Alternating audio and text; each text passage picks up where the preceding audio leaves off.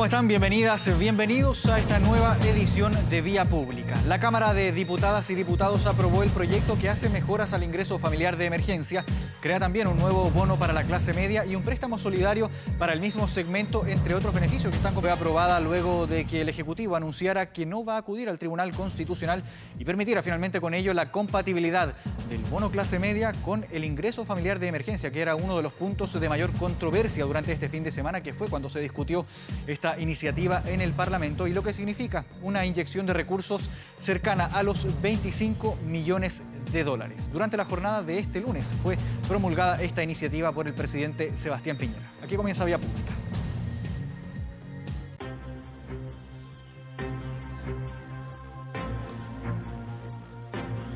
Bien, y el primer tema de conversación que nos reúne para esta edición de Vía Pública es la situación sanitaria que está afectando a nuestro país por estos días. Hemos visto ya varios días seguidos, por ejemplo, la semana pasada sobre todo con rangos, por ejemplo, de contagios diarios de entre 7.000 y 8.000 contagios diarios.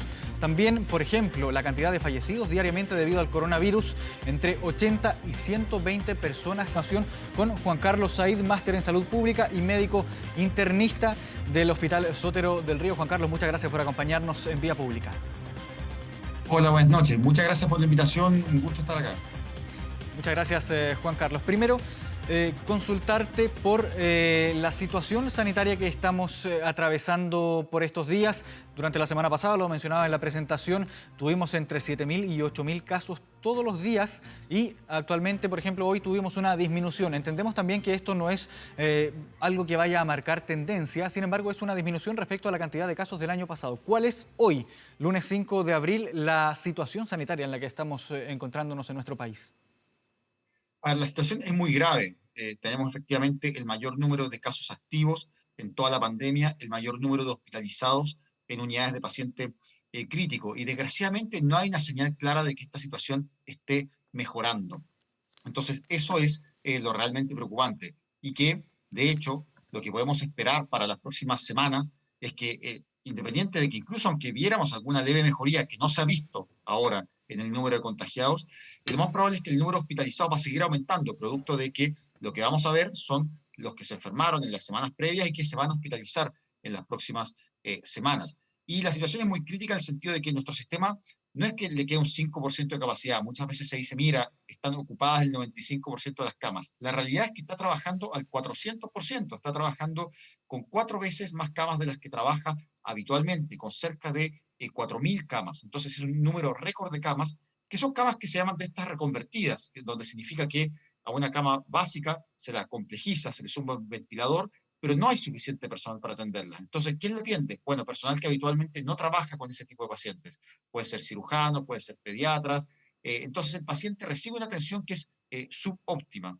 Y eso, evidentemente, influye, sin duda, en la mortalidad. Y aún pensando en esas camas más simples, en el fondo, que son camas que no son el ideal, sino el lugar donde se puede tratar, no la forma en que se debería tratar a los pacientes, de esas camas ya nos quedan muy pocas. Y de hecho, se están hospitalizando a un ritmo de 50 pacientes por día y de estas camas reconvertidas nos quedan alrededor de 200. Entonces estamos hablando de algo tan dramático como que un paciente que se tuviera que hospitalizar el viernes o el sábado, ya hoy en día no habría cama para hospitalizar a esos pacientes en teoría. Evidentemente el gobierno está haciendo esfuerzos por generar nuevas camas, pero la situación es absolutamente límite. O sea, el sistema está ya sobrepasado e incluso hay indicios de que no se está no están logrando todas las personas atención médica adecuada y eso podría explicar un poco que haya habido aumento, por ejemplo, de fallecidos en el domicilio, como ya lo alertó el Consejo Asesor, que son señales, en el fondo, de que nuestro sistema de salud está en una situación de inminente colapso. Inminente colapso, Juan Carlos. ¿Cuán cerca estamos de una situación de colapso considerando esto que mencionabas tú? Que no es que las camas actuales las estén operando, por ejemplo, personal que está o que ha estudiado y que se ha preparado para operar las camas críticas, sino que son camas que se han ido reconvirtiendo con el paso de los días, porque entendemos también que ha ido aumentando la demanda de ocupación de camas críticas. O sea, creo que hay que sincerar acá que el sistema está en el punto donde podría no poder atender a más personas. Esa es una realidad. O sea, acá es no es racional pensar que nuestro sistema puede aumentar infinitamente el número de camas y que más encima esas camas se pueden aumentar en forma infinita, como si fueran una entidad separada de quien las atiende o quien trabaja en esas camas. Recordemos que un paciente en una UCI no solo necesita un médico, necesita enfermeras, necesita paramédicos, es un paciente al que hay que hacer, hay que cambiarle pañales, hay que limpiarlo, hay que movilizarlo varias veces al día. En ese trabajo colaboran distintas personas, es todo un equipo, y ese equipo no se genera de un día para otro. Y cuando evidentemente a ese mismo equipo se le cargan 10, 15 o 20 camas más, la calidad de ese cuidado se deteriora, y ya eso lo estamos viendo hoy en día. Entonces creo que acá lo clave es que efectivamente estamos aplicando una medida como la cuarentena, que es una medida que tiene efectos adversos, que es una medida que es más efectiva cuando se aplica en forma intensa y por corto tiempo, de modo de cuidar la economía y al mismo tiempo cuidar la salud de las personas. Entonces acá, esta medida, que no es una medida deseable, es desgraciadamente la única que tenemos o la única herramienta que nos queda para contener una situación de contagio que desgraciadamente está fuera de control, y a diferencia de lo que ha sucedido o lo que sucedió en la primera ola, esta situación se da en todo Chile. O sea, la situación de aumento de casos, la situación de ocupación total de las camas críticas se da en todo el país. Entonces ya tampoco es como que tenemos esta opción de decir, mira, que vamos a trasladar al sur, vamos a trasladar al norte, vamos a llevar gente a Santiago. Simplemente están todas las camas de todo el país ocupadas. Y creo que eso es parte del mensaje de riesgo que quería transmitir el gobierno para sincerar la realidad con las personas. Porque cuando uno ve que, por ejemplo, salen 96.000 personas el fin de semana a la playa, uno dice, bueno, quizás esas personas no están, no les está llegando este mensaje, no están entendiendo lo realmente grave de la situación que estamos viviendo actualmente. Juan Carlos, pero ¿cuán cerca podemos estar de un eventual colapso o más bien hasta qué punto se pueden seguir reconvirtiendo camas críticas? A ver, claramente hay que entender acá que cuando uno habla de un colapso, no habla de que el sistema hospitalario, el sistema de salud es como una especie como de torre o de castillo en naipes que uno coloca finalmente una carta más y el sistema se cae. Eso no funciona así. Un colapso hospitalario es un deterioro progresivo de la atención que puede llegar a situaciones más o menos extremas. Es decir, una situación que ya es una situación de colapso es cuando un paciente recibe un tratamiento subóptimo, es decir, le dan un ventilador que no es el adecuado, lo atiende un personal que no tiene la especialidad adecuada. Eso mismo puede ir agravándose cuando ese mismo personal, en vez de atender un número razonable de pacientes, atiende el doble. Esto ya lo han alertado diferentes especialistas, que en fondo lo que estamos viendo es que se están creando camas en el papel, o sea, camas teóricas, en que se llama a un jefe de servicio y se le dice, oye, crea 10, 15, 20 camas. Y bueno, sabemos que eso que se puede hacer en el papel, que es muy fácil de dibujar o de escribir con un lápiz, no es tan fácil de hacer en la realidad. Y ya estamos en el límite en donde ya hemos cuadriplicado la capacidad de camas. Y creo que en eso hay que reconocer que el gobierno ha hecho un gran trabajo. Había una muy buena gestión de ampliar la capacidad de camas. Pero eso tiene un límite. Yo creo que ya ese límite es difícil precisarlo, pero estamos llegando a ese límite. Y creo que por eso los especialistas de COVID Chile, que son el centro, digamos, con la contraparte técnica del MinSal, que reúne a especialistas de la Universidad Católica, de la Universidad de Chile, alertó que el país o nuestro sistema de salud no resistía simplemente un fin de semana largo con elevada movilidad. Entonces, bueno, hay que ver cómo van a evolucionar las próximas semanas. No se logró reducir probablemente en este fin de semana largo la movilidad, todo lo que se hubiera deseado. Vimos que los cordones sanitarios no funcionaron. Entonces, desgraciadamente, el panorama para las próximas 2 semanas es poco auspicioso. Yo diría que es un panorama ciertamente preocupante. Y considerando que justo este lunes entraron en vigencia ya las nuevas medidas un poco más estrictas adoptadas por el gobierno en el marco del plan paso a paso, con la intención de llegar a algún punto en que se pueda contener de alguna forma la pandemia, ¿puede llegar a tener algún efecto positivo estas medidas? ¿En cuánto tiempo podríamos empezar a ver ya los primeros efectos y si esto es suficiente? A ver, yo creo que las medidas son las adecuadas, al menos en la teoría. Ahora, obviamente esas medidas tienen que ser llevadas a la práctica. Y sabemos que por diversos motivos las cuarentenas han perdido eficacia. Primero porque las personas están agotadas, hay una fatiga económica y también hay una fatiga psicológica. Entonces, es muy importante que el gobierno no se quede solo en decir que se van a implementar estas medidas, sino que se haga llegar ayuda oportuna económica y que además se la fiscalice en forma adecuada. Acá lo que hay que evitar a toda costa es lo que pasó quizás en la primera ola, que terminamos eternizando cuarentenas a medias que generaban un doble daño. Por un lado, no permitían cortar definitivamente la cadena de contagio y reducir el número de enfermos, y al mismo tiempo dañaban la economía, porque efectivamente era una economía que estaba funcionando a media máquina. Acá lo que hay que hacer es eh, hacer una cuarentena muy estricta, lo más corta posible, que permita efectivamente reducir los contagios. Entonces, la clave acá está no en las medidas que se anunciaron, que me parecen en la dirección correcta, sino en cómo se implementan. Y creo que estas medidas deberían ser complementadas con todo lo que se puede hacer para acelerar la velocidad de vacunación. Acá ya el Consejo Asesor habló de, por ejemplo, la importancia de que se vacunara también los fines de semana. Estamos empezando a vacunar a población más joven, población que efectivamente probablemente no tiene la misma disponibilidad para ir a un consultorio los días de semana, de lunes a viernes. Entonces hay que ampliar las oportunidades de vacunación, hay que vacunar a más personas más rápido, sobre todo considerando que las nuevas variantes están afectando a una población más joven y ya no es solo una enfermedad que afecta a adultos mayores, sino que está afectando a menores de 50, a menores de 40, que están progresivamente comenzando a ocupar las unidades de paciente crítico, lo cual es algo muy preocupante y para lo cual la gran herramienta con la que contamos es la vacuna. ¿Cuándo empezaremos a ver resultados de las cuarentenas? Es difícil de predecir, va a depender de qué tan estrictas sean, de cómo se fiscalicen, pero uno esperaría que esto no va a lograrse antes de 2 semanas, un impacto significativo. Entonces, también en ese sentido preocupa quizá la fecha de las elecciones, porque uno tiene la duda o hay una incertidumbre razonable de qué tanto mejor va a estar el país para el momento de las elecciones. Creo que eso es sin duda algo bastante donde hay incertidumbre, donde puede ser que la situación esté mejor que ahora, pero no dramáticamente mejor, y que efectivamente lleguemos a mayo en una situación que aún sea muy crítica. Juan Carlos, muy brevemente y una última pregunta que no puedo dejar de hacer. El presidente Sebastián Piñera descartó esta jornada que hubiera habido exitismo en torno a la comunicación respecto a cómo se manejaba la pandemia. Durante la semana pasada y antepasada vimos varias críticas o artículos críticos escritos por medios internacionales. A tu juicio, ¿hubo o no hubo exitismo en el manejo y en la comunicación de la pandemia? A mí me parece que sí, que hubo un poco de exitismo. O sea, vimos que se comenzó a vacunar en un proceso que ha sido de excelente nivel y que se ha desarrollado a una gran velocidad, que ha sido destacado en distintos lugares, pero también hay que reconocer al mismo tiempo que se empezó a vacunar y no habíamos vacunado ni al 5% del país y ya se estaba anunciando el retorno a clase, apertura de los casinos, apertura de los gimnasios, reducción del horario de toque de queda. O sea, era todo una apertura generalizada, masiva, lo más rápidamente posible.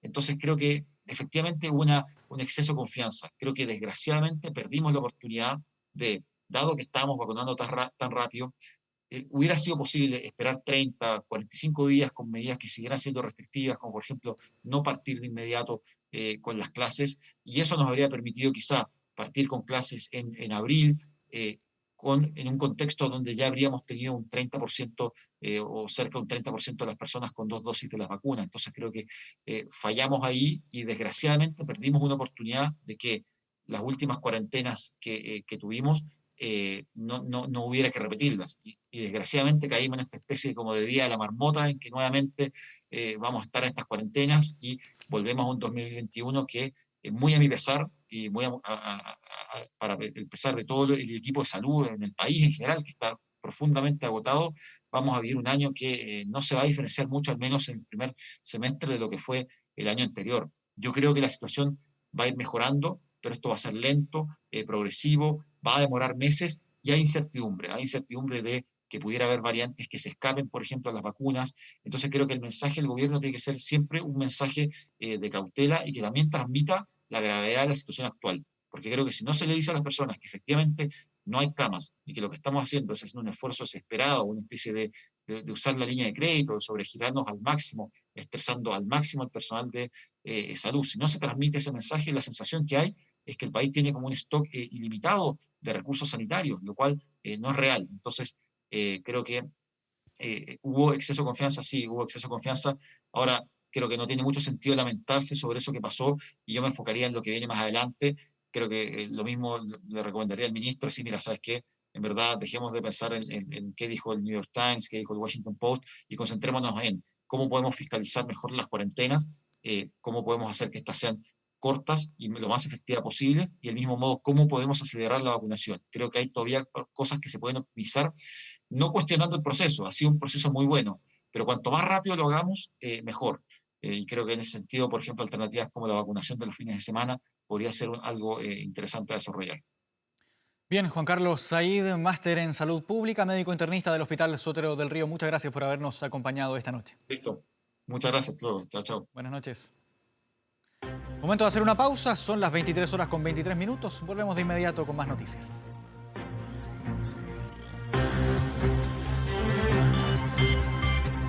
Estamos ya de regreso en Vía Pública, son las 23 horas con 27 minutos y vamos a conversar de otro de los temas que marcaron esta jornada. Ya lo veíamos durante la jornada en Canal 24 Horas. El presidente Sebastián Piñera finalmente promulgó este paquete de medidas de ayuda económica y social para enfrentar la pandemia. Y ya estamos en contacto con Alejandro Weber, subsecretario de Hacienda. Subsecretario, muchas gracias por acompañarnos esta noche en Vía Pública.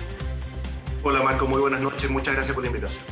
Primero, quisiera aclarar la controversia que surgió durante este fin de semana, este domingo puntualmente, con la intención inicial del gobierno de que no se permitiera esta compatibilidad entre el bono clase media, este bono de 500.000 pesos, y el ingreso familiar de emergencia. Porque en un principio el gobierno desistía de que estos beneficios pudieran ser compatibles y finalmente, a pesar de que incluso en este domingo en la noche se había anunciado una reserva de constitucionalidad, ¿por qué finalmente se opta por este camino de desistir de esto, desistir, por ejemplo, también de la idea de ir al Tribunal Constitucional con esta medida? Bueno, Marco, lo primero es que lo que nosotros hoy vimos en el Congreso fue una muy buena noticia para todos los chilenos y chilenas, y es que vamos a llegar con un robusto paquete de ayudas sociales, que gracias al esfuerzo finalmente de todo el país, llegando a casi 14 millones de chilenos, ¿no? Con el IFE, más de 9 millones de personas, el bono clase media, más de 2 millones, el préstamo solidario, más de 2,5 millones de personas. Por lo tanto, hoy día nosotros estamos contentos porque las personas que más lo necesitan van a recibir estas ayudas. Y por supuesto, Marco, que en la tramitación de los proyectos de ley siempre hay perfeccionamientos, precisamente el lugar democrático por antonomasia para poder mejorar las políticas públicas es el Congreso. Y nosotros queremos decir con mucha convicción que en esta tramitación, que duró cerca de 13 días entre la Cámara y el Senado, el proyecto fue perfeccionado, y por eso nosotros desde el gobierno, así lo ha hecho el presidente de la República, Sebastián Piñera, queremos agradecer a los parlamentarios porque hoy día tenemos un mejor proyecto y que va a ir directamente en ayuda de quienes más lo necesitan. Claro, vamos a estar hablando, por supuesto, del detalle ahora de estos beneficios, subsecretario. Es un paquete de medidas económicas para aclararle a la gente, no es solo el bono clase media, no es solo las mejoras al IFE, hay también un bono para los transportistas, hay también, por ejemplo, este préstamo, que algunas veces se ha llamado, por ejemplo, crédito blando, sin embargo es un préstamo solidario. ¿De qué forma se va a ir estructurando, cómo se van a ir entregando cada uno de estos beneficios? Partamos, por ejemplo, por el bono clase media, este bono de 500.000 pesos. Bien, Marco, partamos por el bono clase media, entonces es un bono base. Perdón, es un bono de hasta 500.000 pesos, eso también hay que aclararlo, si es que pudiera hacer esa precisión también. Exactamente, entonces es un bono base de 500.000 pesos para aquellas personas que tengan ingresos entre 326.000 pesos, es decir, el sueldo mínimo, y hasta 1,5 millones de pesos. Y va a ir decreciendo para quienes tengan ingresos entre 1,5 millones y 2 millones de pesos. Todas aquellas personas cuya renta esté entre los 326.000 pesos y los 408.000 pesos no tendrán que demostrar bajada de ingresos. Y esto es muy importante. Estamos hablando. ¿Cuál es el rango, perdón, subsecretario? 500.000 personas. ¿El rango de las personas que no tienen que acreditar esta pérdida de ingresos? Entre 326.000 pesos y 408.125 pesos. Ahí estamos hablando en torno a las 500.000 personas que no tendrán que acreditar ninguna baja de sus ingresos. Y eso es muy importante porque nosotros hemos escuchado a la ciudadanía, escuchamos a los parlamentarios, y este proyecto ingresó así, Marco, precisamente con una letra muy grande para que esta ayuda sea prácticamente automática para las personas que ganan el sueldo mínimo más gratificaciones. Y luego, aquellas personas que tengan rentas entre 408.000 pesos y 1,5 millones de pesos tendrán que demostrar una baja del 20% de sus ingresos o más entre el segundo semestre del año 2020 y el segundo semestre del año 2019. Acreditando esa baja a través del Servicio de Impuestos Internos, ya nos vamos a referir, Marco, al proceso concreto de cómo va a ser esta postulación, van a poder recibir este bono. Y luego, aquellas personas que tengan un ingreso entre 1,5 millones y 2 millones de pesos, el bono va a ser decreciente hasta llegar a los 100.000 pesos. Por lo tanto, estamos hablando de cerca de 2,5 millones de personas que van a recibir este bono sin necesidad de acreditar baja de ingresos, quienes estén entre 326.000 pesos y 408.000 pesos. Ahora, subsecretario, vamos a la forma de obtención de este beneficio de postulación. ¿Cómo acredito yo, por ejemplo, que efectivamente tuve una baja de ingresos si es que estoy sobre el rango de los 408.000 pesos que mencionaba usted? Subsecretario, ¿cómo lo acredito? ¿Cuáles son los pasos que tengo que hacer? ¿Y cuándo se abre este proceso de postulación? Y también, ¿cuándo se empezaría a pagar?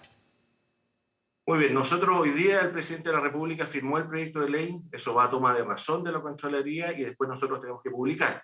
Nosotros esperamos publicar el día de mañana y luego la ley establece que son 10 días van a transcurrir desde la publicación hasta que se inicie el proceso de postulación. Si todo sale como nosotros lo estamos planificando, el día 16 de abril ya la ciudadanía va a poder postular a través de un sitio web que va a estar disponible en el Servicio de Impuestos Internos. Y a diferencia de lo que ocurrió, por ejemplo, Marco, con el bono clase media del año pasado, se recuerdan en que había una declaración jurada y las personas tenían que ingresar sus datos de ingresos. Esta vez lo haremos de una forma distinta.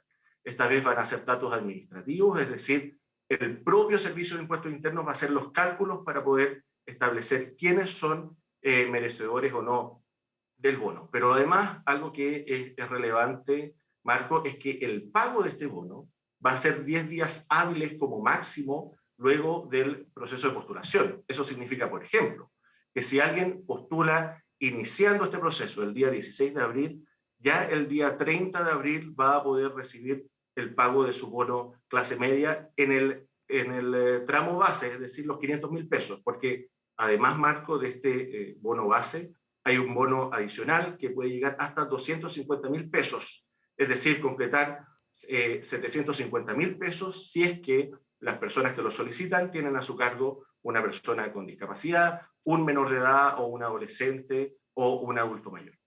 Esto que mencionaba usted último, de los 250.000 pesos, se pagaría el mes siguiente, ¿no?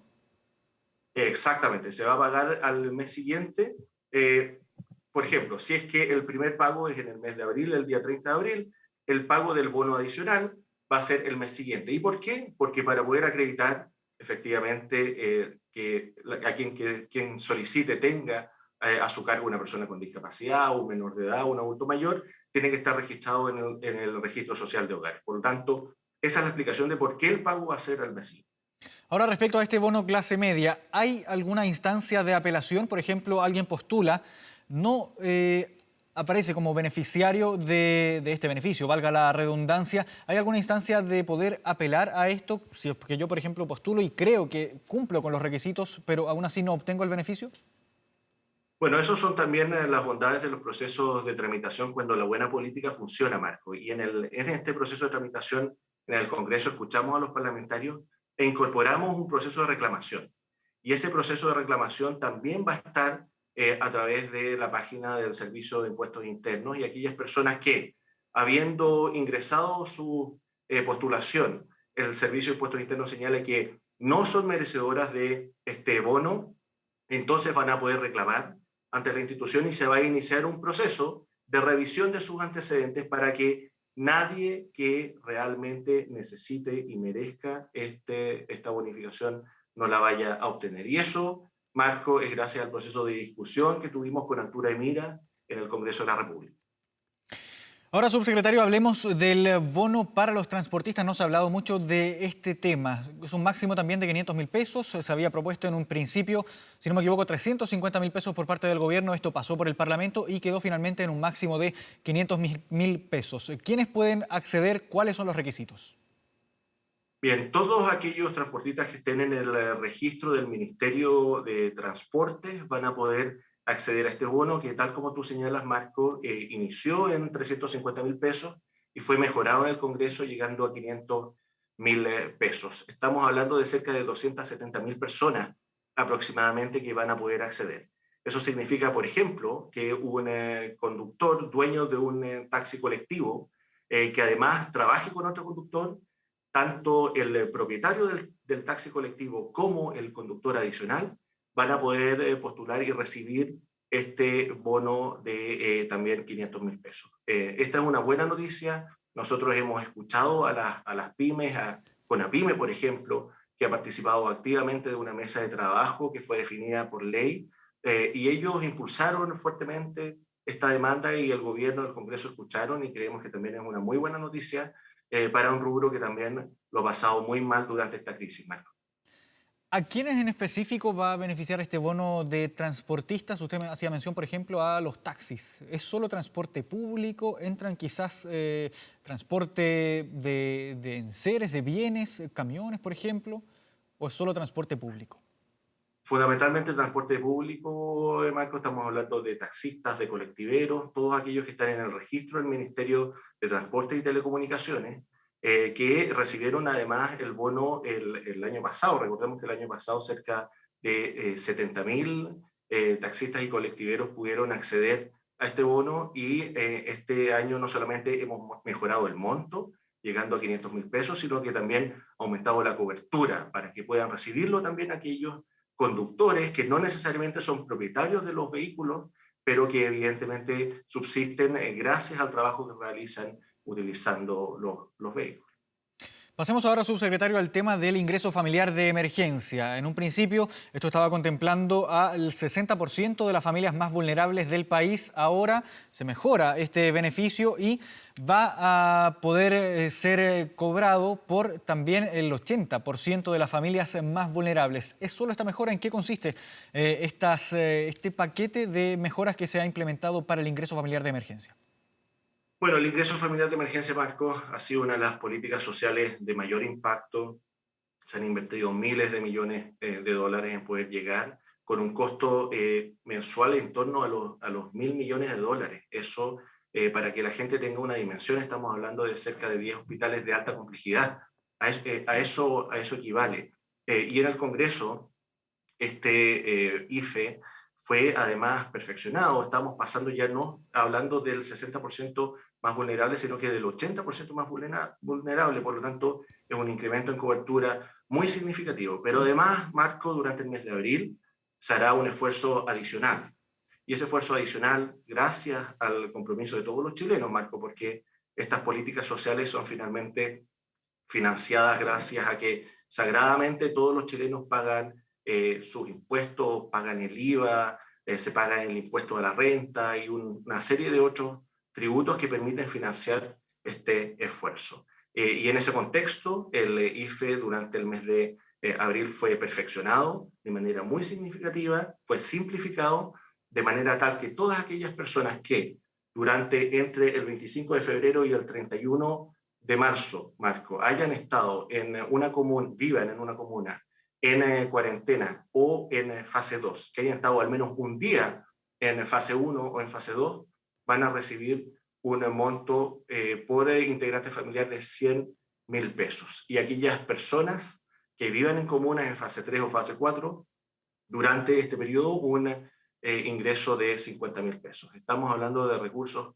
muy significativos que van a llegar a cerca de 10.400.000 personas. Estamos hablando de un incremento enorme en la cantidad de beneficiarios del IFE, pasando prácticamente de 6 millones de personas a más de 10 millones. Entonces, cuando se nos pregunta sobre el alcance de estas políticas y la relevancia, la verdad es que en total, Marco, estamos llegando a prácticamente 14 millones de chilenos en un esfuerzo muy significativo, en una política social que es masiva, que es robusta y que nos permite hoy día llegar con celeridad a aquellas personas que tan mal lo están pasando en el contexto de pandemia. Importante esa precisión entonces, fase 1, quienes estuvieron en fase 1, fase 2, hasta 100.000 pesos, quienes estuvieron en fase 3 o 4, hasta 50.000 pesos entonces para el ingreso familiar de emergencia. Subsecretario de Hacienda, Alejandro Weber, muchas gracias por habernos acompañado en Vía Pública. Muy buenas noches. Muchas gracias por la invitación, Marco, y un fuerte abrazo. Y atención a todos los emprendedores dulces del país, Yansa sigue apoyándolos por eso. Con la Universidad de Finisterra crearon la Academia Yansa, una academia donde van a impartir clases de repostería y también de gestión de negocios para llevar tu pyme al siguiente nivel. Ingresa ahora a academiayansa.cl, regístrate y postula. Veamos el video. ¿Eres un emprendedor de la dulzura? Si es así, te invitamos a ser parte de la Academia Yansa, donde podrás aprender técnicas de repostería y útiles herramientas para la gestión de tu negocio. En alianza con la Universidad Finisterra, creamos esta academia virtual, donde te capacitaremos para llevar tus preparaciones al siguiente nivel y también a sacar el máximo rendimiento a tu negocio. Ingresa a www.academiayansa.cl, completa el formulario y postula. Yansa. Somos dulces por naturaleza. 11 de la noche con 42 minutos. Vamos a una pausa y ya volvemos a Vía Pública. Lo siguiente, actuales cuarentenas